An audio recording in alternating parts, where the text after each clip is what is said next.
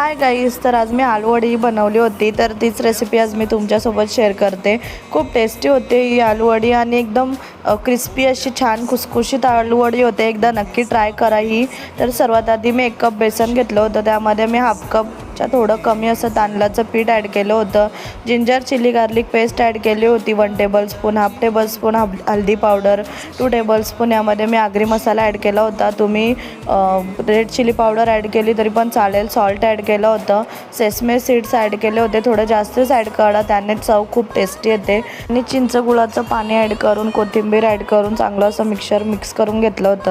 आणि आलूची पानं आहेत एकदम कोवळी आहेत, त्यांना मी 2-3 वेळा चांगलं असं स्वच्छ धुवून त्यांना मी बाजूला ठेवून दिलं होतं, जेणेकरून ते थोडंसं सुकून जातील। आणि त्यानंतरच मी त्यांना बनवायला घेतलं होतं। लेअर लावताना एक गोष्ट लक्षात ठेवा, एक पान उभा ठेवायचा आहे आणि दुसरा त्याच्या अपोजिट साईडने ठेवायचा आहे। आणि प्रॉपरली त्यांच्यावर जे मिक्सचर बनवलं होतं आपण ते लावून घ्यायचं आहे। आणि व्हिडिओमध्ये दाखवल्याप्रमाणे तुम्ही त्याचा रोल प्रिपेअर करून घ्या टाईटली।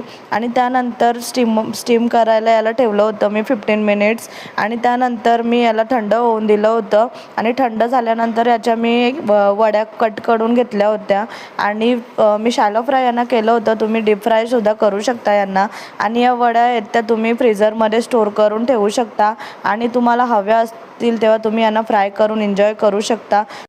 तर एकदा ही आलूवडी नक्की ट्राय करा। तर आजच्यासाठी एवढंच। Okay, bye guys.